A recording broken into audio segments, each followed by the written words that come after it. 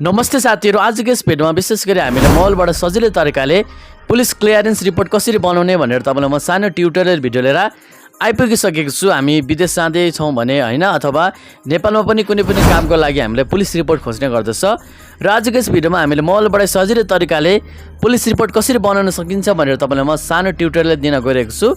यसको निम्ति तपाईले भिडियोलाई अन्तिमसम्म स्किप नगरी हेर्नुपर्ने हुन्छ। साथै भिडियोलाई एक ट्राई गरी यस्तै जानकारीमूलक भिडियो हेर्न चाहनुहुन्छ भने यस च्यानललाई पनि सब्स्क्राइब गरी छेउमा रहेको नोटिफिकेसन बेल आइकनलाई बजाएर अलमा सेलेक्ट गरिदिनु होला। आजको यस भिडियोमा विशेष गरी हामीले चाहिँ सिम्पल तरिकाले नेपाली सरकारले बनाएको नागरिक एपबाट पुलिस रिपोर्ट कसरी बनाउने छौं भनेर हामीले सिक्ने छौं। सर्वप्रथम तपाईले नागरिक एप तान्नु भएको छैन भने डाउनलोड गर्नु भएको छैन भने सिम्पल तरिकाले आफ्नो प्ले स्टोरलाई खोल्नु होला र यहाँनिर तपाईले चाहिँ प्ले स्टोरलाई खोलिसकेपछि नागरिक एप भनेर यहाँनिर टाइप गर्न सक्नुहुनेछ, यहाँनिर देख्न सक्नुहुनेछ। त्यसपछि यसलाई ओपन गरिदिनु होला। अब यसलाई कसैले हामीले सेटिङ गर्ने मिलाउने सम्पूर्ण कुराको भिडियो मैले बनाइसकेको छु। माथि आई बटनमा आएको छ र डिस्क्रिप्सन बक्समा पनि राखिदिन्छु, त्यहाँबाट हेर्नु होला। आफ्नो नामहरु नम्बरहरुबाट तपाईले लगइन गर्न सक्नुहुनेछ। अनि यहाँ त्यसपछि तपाईले नागरिक एपमा आइसकेपछि यहाँ विभिन्न तपाईले सेवा सुविधाहरु पनि पाउनुहुनेछ। हामीले मोबाइलबाट यहाँनिर पुलिस क्लियरेन्स रिपोर्ट पनि बनाउन सकिन्छ, यहाँ देख्न सक्छौं। त्यसपछि यहाँनिर हाम्रो कोभिड भ्याक्सिनको हाम्रो इन्फर्मेसनहरु पनि हेर्न सक्छौं। हामीले यहाँनिर हाम्रो नागरिकता पनि जोड्न सक्छौं, पासपोर्ट पनि जोड्न सक्छौं हैन। धेरै कुराहरु छ यहाँनिर। हाम्रो यहाँनिर चाहिँ citizenship, investment trust, driving licence पनि यहाँनिर हामीले राख्न सक्छौं, लिंक गर्न सक्छौं। अनि हाम्रो शिक्षा हैन एजुकेशनल बोर्ड हाम्रो सर्टिफिकेटहरु पनि यहाँनिर राख्न सक्छौं। धेरै थरीहरु रहेको छ। अब यहाँनिर देख्न सक्नुहुनेछ, यहाँनिर तपाईले पुलिसको लोगो देख्न सक्नुहुनेछ, नेपाल प्रहरीको पुलिस क्लियरेन्स रिपोर्ट भनेर यहाँ छ। यहाँबाट तपाईले पुलिस रिपोर्ट तपाईले धेरै छिटो बनाउन सक्नुहुनेछ हैन। त्यसको लागि तपाईले दुईटा काम गर्नुपर्ने हुन्छ। यहाँ आफ्नो नागरिकता र आफ्नो पासपोर्ट चाहिँ तपाईले जडान गर्नुपर्ने हुन्छ हैन। केको लागि बनाउँदै हुनुहुन्छ, यहाँ नागरिकतामा टच गर्नु भयो भने तपाईले नागरिकता नम्बरहरु हाल्नु भयो भने नागरिकता तपाईको एट्याच भइहाल्छ। मेरो एट्याच मैले गरिसकेको छु। त्यसपछि यहाँनिर चाहिँ आफ्नो पासपोर्ट पनि एट्याच गरिदिनु होला। पुलिस क्लियरेन्स रिपोर्ट बनाउन चाहनुहुन्छ भने यहाँनिर पासपोर्ट नम्बर हाल्दिनु होला र तपाई कहिले जन्मनु भएको एडी मा तपाईले राखेर यहाँ प्रोसिड गरिदिनु भयो भने तपाईको यहाँ पासपोर्ट पनि एट्याच भइहाल्छ। अब हामीले पुलिस रिपोर्ट बनाउनको लागि यहाँनिर पुलिस क्लियरेन्स रिपोर्टमा टच गर्नुपर्ने हुन्छ। यहाँ टच गरिसकेपछि यहाँनिर देख्न सक्नुहुनेछ, you can now apply for police clearance report from Nagarik app हैन। यो गर्नुभन्दा अगाडि तपाईले चाहिँ यु क्यान अल्सो डाउनलोड यहाँ देख्न सक्नुहुन्छ। सिटिजनशिप मस्ट बी लिङ्क, तपाईको नागरिकता लिङ्क गरेको हुनुपर्छ र तपाईको पासपोर्ट पनि लिङ्क गरेको हुनुपर्छ हैन। त्यसको लागि तपाईले अब यहाँनिर रिक्वेस्ट रिपोर्टमा जानु होला पुलिस रिपोर्ट बनाउन चाहनुहुन्छ भने। अब त्यसपछि तपाई यहाँनिर मेरो फोटो आइसकेको छ, मैले ब्लर गराइदिएको छु। तपाईले फोटो पनि एट्याच गर्न सक्नुहुनेछ। सुरुमा सेटिङ गर्ने बेलामा एपलाई डाउनलोड गरेर फोटोहरु हाल्नु पर्ने हुन्छ। त्यसपछि यहाँनिर चाहिँ फर्स्ट नेम तपाईको लास्ट नेम आइसकेको छ मेरो हैन, अटोमेटिक आइसकेको छ।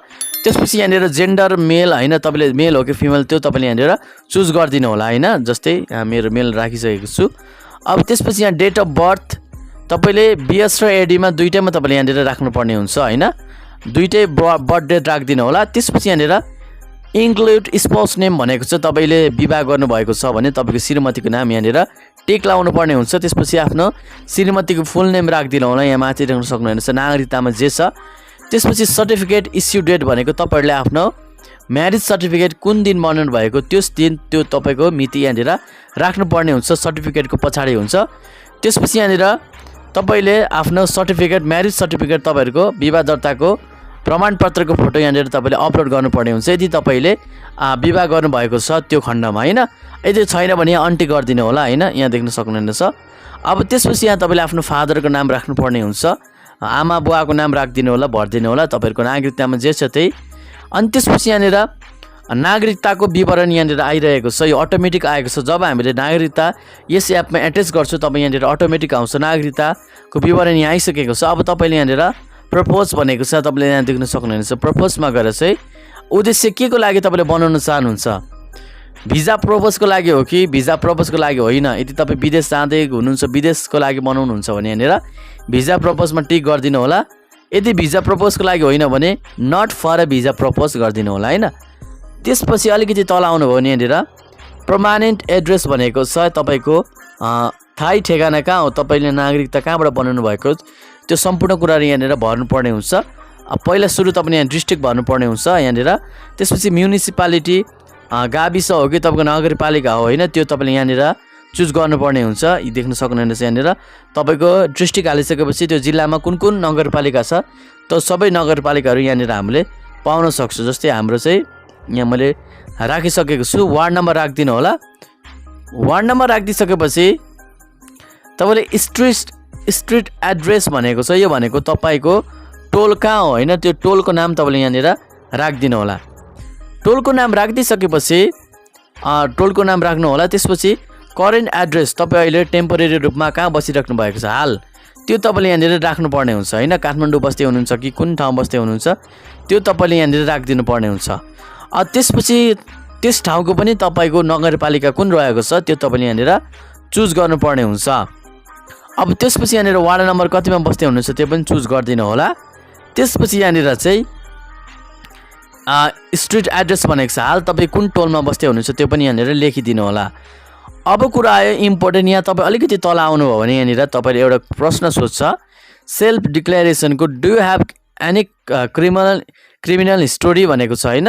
तपाईँसँग कुनै पनि आपराधिक इतिहास यानि कि तपाईँसँग कुनै पनि चौकीमा परेको होइन तपाईँको इतिहास छ भनेको छ, रिपोर्टहरू छ चौकीमा तपाईँ पर्नु भएको होइन, त्यो तपाईँले यहाँनिर सोध्छ। तपाईँले एस तपाईँको छ भने एस गरिदिनु होला, छैन भने नगरिदिनु होला होइन। किनभने यो हामीले बनाइरहेको नि प्रहरी चारित्रिक प्रमाणपत्र रहेको छ। अब त्यसपछि यहाँनिर प्रोसिडको बटम रहेको छ, यहाँ टच गर्नुभयो भने एकचोटि तपाईँको फेरि पनि सम्पूर्ण डकुमेन्टहरू यहाँनिर खुलेर आउँछ, इन्फर्मेसन डिटेल चेक गर्न सक्नुहुनेछ। नत्र इनकरेक्ट छ भने तपाईँले ब्याक गरेर मिलाइदिनु होला। त्यसपछि तपाईँले त्यहाँनिर एप्लाई गरिसकेपछि तपाईँको 24 घन्टाभित्र तपाईँको इमेलमा होइन तपाईँको चाहिँ पुलिस रिपोर्ट तपाईँले इमेलमा गएर तपाईँले डाउनलोड गर्न सक्नुहुनेछ र यहीँ तपाईँले नागरिक एपमा आएर पनि तपाईँले हेर्न सक्नुहुनेछ। यो थियो हजुरहरूलाई छोटो जानकारी। यदि भिडियो मन परेमा भिडियोलाई एक लाइक गरिदिनु होला र यस्तै जानकारीमूलक भिडियो हेर्न चाहनुहुन्छ भने यस च्यानललाई सब्सक्राइब गरी छेउमा रहेको नोटिफिकेसन बेललाई बजेर अलमा सेलेक्ट गरिदिनु होला। आजलाई यति नै, धन्यवाद, बिदा पाऊँ। जय नेपाल।